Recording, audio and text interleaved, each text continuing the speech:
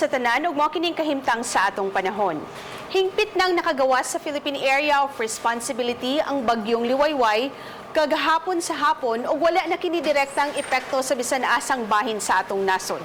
Samtang ang habagat o southwest monsoon ang padayon gihapon nakaapekto sa northern Luzon ug ang atong gibantayan nga low pressure area gahapon nga nasa silangang bahin sa Mindanao nakagawas na usab sa Philippine Area of Responsibility.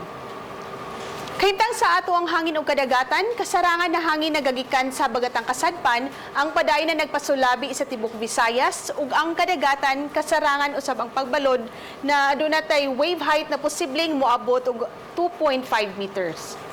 O para sa atong forecast, ugma generally fair weather lang gihapon atong masinati sa Central ug Eastern Visayas ug naay posibilidad sa mga patak-patak na mga pag-ulan labi na sa hapon ug sa gabii.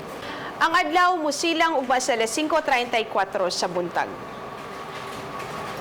Galang sa dugang na impormasyon, bisita nga to ang website sa bagong.pag-asa.dost.gov.ph ug sunda usab ang atong social media accounts sa Twitter, Facebook ug YouTube.